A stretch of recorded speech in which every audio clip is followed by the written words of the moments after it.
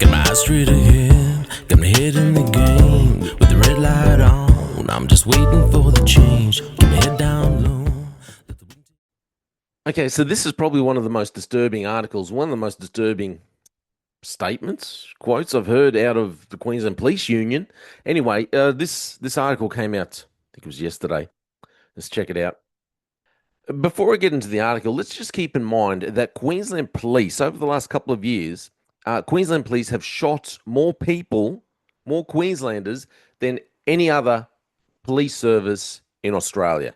Actually, other police services combined. That's how many shootings we've had by Queensland police officers in the last couple of years. This headline here seems to warn us that we're going to have some more, and it's everyone else's fault. Police warn of deadly consequences as Queensland mental health calls surge. There he is. The man telling us this, apparently, is Shane Pryor. More mentally ill Queenslanders will be shot by police unless authorities tackle the state's growing mental health crisis. It's it's a way to go to offer a solution. Hey, if you don't help us, if you don't do this, we're going to shoot more people. Is that what they're saying? The police union's warning comes as new data from Queensland Police revealed there had been 63,736 initial mental health call-outs in 24-25 financial year, up almost 26% compared to 2021 when there was 50,678 call-outs.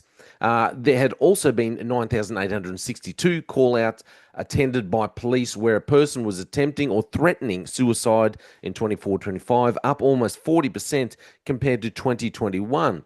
Queensland Police Union President Shane Pryor said incidents where police were forced to shoot a mentally ill person was a direct consequence of the health system not being appropriately propped up to deal with the issue.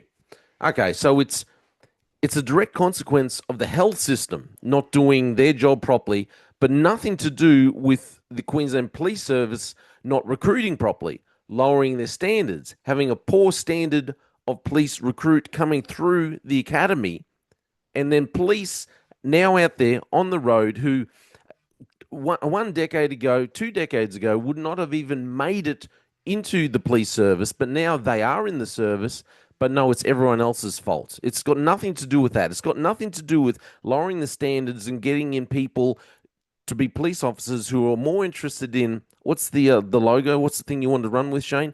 Lifestyle and money. You got people in there who are just interested in lifestyle and money, and not service of the community.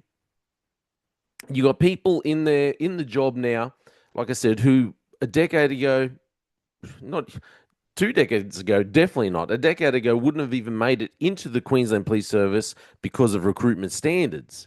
But now they are. So you got people who get to a job, they may only be about 165 centimeters tall, 65 kilos dripping wet.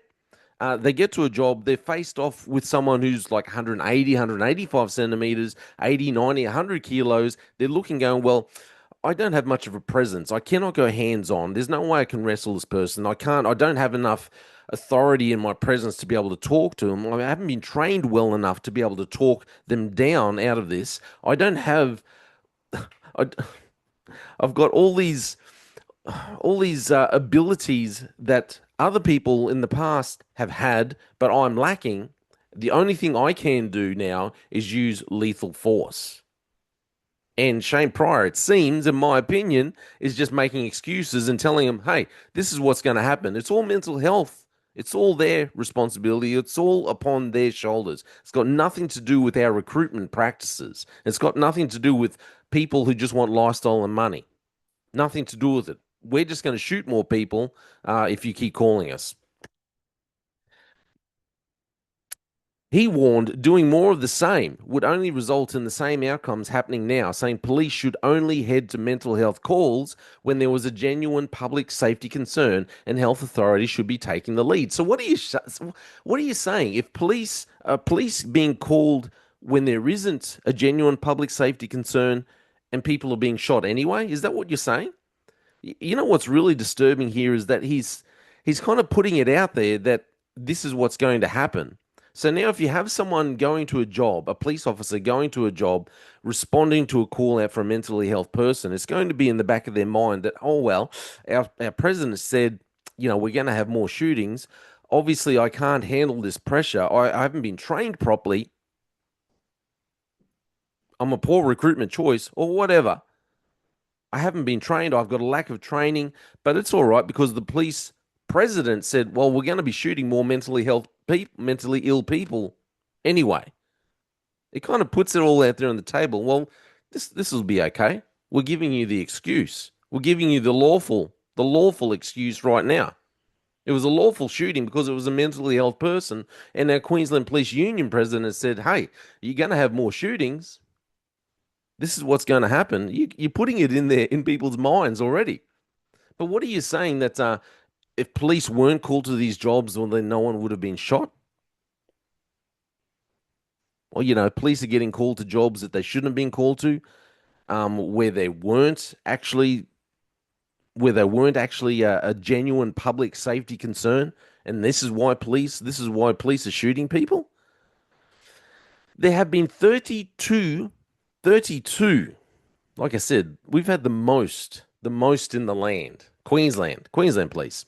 32 police shootings since August of 2022, with about 10 considered to be mental health related.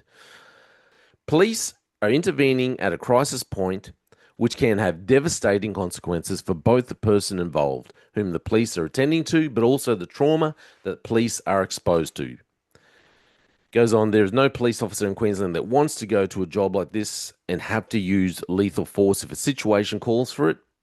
And what we're seeing with these mental health jobs is increasingly police being required to use a lethal use of force such as a firearm, as the situation has escalated to such a point where a person with a mental illness is using a weapon and the officer fears for both themselves and a member of the public.